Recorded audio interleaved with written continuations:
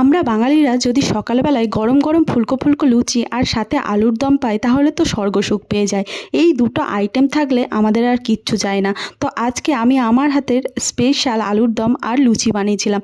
আমার হাতের এই আলুর দমটা না ভীষণ ভালো খেতে হয়, সবাই বলে। তো তাই ভাবলাম তোমাদের সাথেও শেয়ার করি। প্রথমে আলুগুলোকে নুন দিয়ে সেদ্ধ করে নিয়েছি।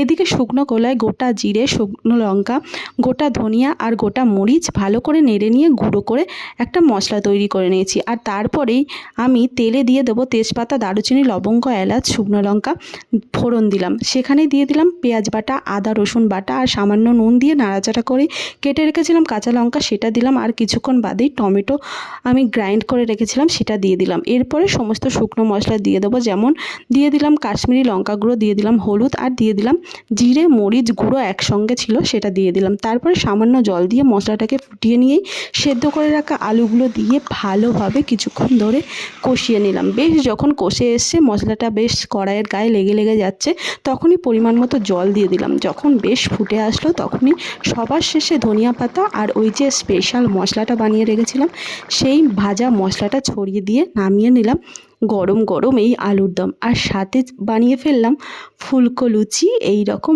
নরম ফুলকো লুচি গরম গরম একদম আলুর দমের সাথে সকালবেলাটা পুরো জমে গেল, দারুণ খেতে।